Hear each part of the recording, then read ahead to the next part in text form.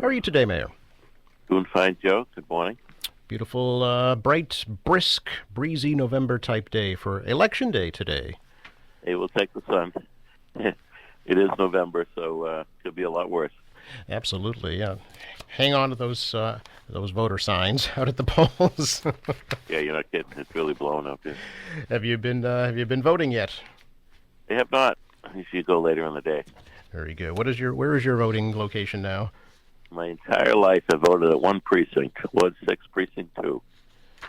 And that is the It's it's at North Glendiva High now. It used to be at Knights of Columbus, and they combined them. very good. Yes, excellent. All right, so we look forward to you there.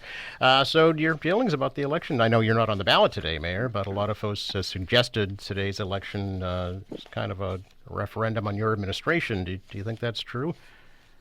No, there's probably some truth to that, but I find it a fascinating dynamic when you come under the midterms like this. I would hope that someday maybe we do 4-year terms for councilors and we have one election every 4 years, because you look at the turnout, Joe, it continues to go down traditionally over the years, and I don't know, maybe if we combine them all into one every 4 years, school committee, council, and mayor, maybe that would drive the turnout. And 2 years goes by so quickly. I remember my 2-year terms as mayor, and it felt like it went by like overnight. It's just crazy. So maybe it's time to look at that stuff. But anyway, I guess this could be some truth to that. I'm certainly proud of the record of the administration. I think we have an incredible story when you look around, and I know we've talked about it, Joe, but we're on our fifth new school, and seawalls and parks and public safety headquarters. You name it, pick the category, pipes and roads. We're getting the job done for the voters, and that's what it's all about. So I know it's easy to throw hand grenades in and toss bombs, but at the end of the day, council's been a good partner on getting this stuff done for the people of Quincy. Can we talk a little bit about since last we talked? There's been a proposed amendment to the mayoral salary that's taking effect in 2028, and can you talk about your thought process behind that decision? Yeah, I guess sick of hearing about it. Quite frankly, Joe, it has been dominating the discussion. It takes away from other issues and other important topics that we'd like to address. So, thought maybe put it to bed, hopefully, and move on to other issues. So, we picked the halfway point between the low recommendation of the outside company and what I'm making today. And as a reminder to people out there, I am not receiving any raise right now. It continues to get reported in newspapers that not our local paper, the Quincy Sun, but a number of them certainly insinuate that I'm getting it today, and that's not the case. So at the end of this term, Joe, 20 years as mayor, I will have received one raise in 20 years. I think that helps put it in a little bit of perspective. So, but anyway, people, it's, as I said, it's been the dominant discussion politically for some time, and I wanted to take that off. And whoever the mayor is next term, January 2028, will receive the new salary. So I intend on bringing an order into the city council to make it the new number at the 225, and then to do subsequent 3% raises on the remaining, 3 years of that term. So there's been a suggestion that there has not been enough public input into this process of elected officials' salaries. Do you agree with that? No, you know what? I don't agree with that. I think the reality was that we had a company come in. We're very open about it. There were public discussions. There was public discussions at the city council. That's their role. So I think it was talked about quite a bit. And, of course, it's been talked about quite a bit since. So, it is what it is.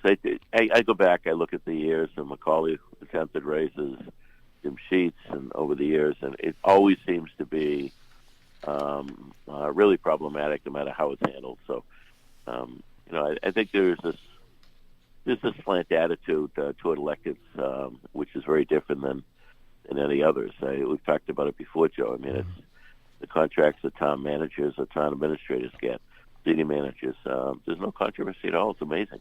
It's only when the name is on the ballot that seems to trip the outcry on salary. So, it's an important job. we're the seventh largest city in Massachusetts, 14th largest in New England. It's the mayor's CEO role. Make decisions every day. It's a $500 million budget, almost 3,000 employees. A lot of responsibility with that. So I think the 225 is still a bargain for the voters of Quincy. I'd be remiss if I didn't ask you if you decided yet if you're going to run for re-election in 2027. I have not, Joe. Okay. I know over the years you do ask me, and I usually make that decision about a year out, Okay. way too early. And the decision is made on really about family obligations and what's next and all those kinds of things. So some of the controversial issues I've been dealing with of late really have no bearing on my decision whether to run again. And we'll figure that out a year or so out. Okay. I guess I should ask you, are you publicly endorsing any candidates today?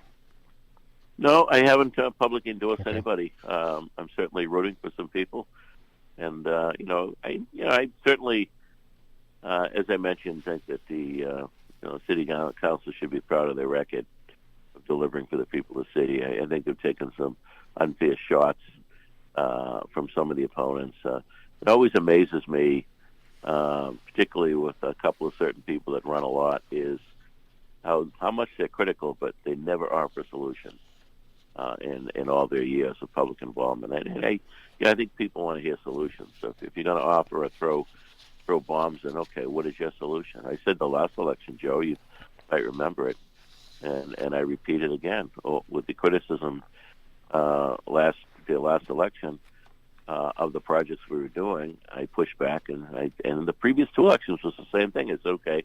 What would you not do? Tell me what project you would not do. I never get an answer on that, and I think that's true of many of the candidates running today against some of the city council incumbents. Okay, then what project would you not support? I think that's a fair question. If you think that city council is spending too much, the mayor's spending too much, okay, then what would you not do for projects? So I think it's important to the public, when they were weighing the decision of who to vote for, okay, it's not just what you're against. What are you for? You mentioned the potential for a 4-year term for a council, so would that require a charter change? Yeah, that would be a charter change. Okay. I mean, there's a couple of routes on charter changes. One is by petition, one is by home rule petition. So, we'll see what happens. It's just a thought off the top of my head, but we'll see what happens. To that end, though, do you think the city charter does need to be kind of re-examined in total? I think there are process issues that should be updated and changed, and perhaps more in line with some state law in some areas. For example, Joe, if we saw it happen a number of years ago when City Councilor Brian McNamee was reelected on the ballot, but he died before he was sworn in, and it creates a charter issue. Ended up in the courts. It was a little messy. The runner-up, Bill Harris, eventually received the nod, but if that happened for the mayor example, suppose you didn't have a candidate and against the mayor, and something happened in between that's not addressed in the charter. So I think there are process issues that need to be examined and probably updated.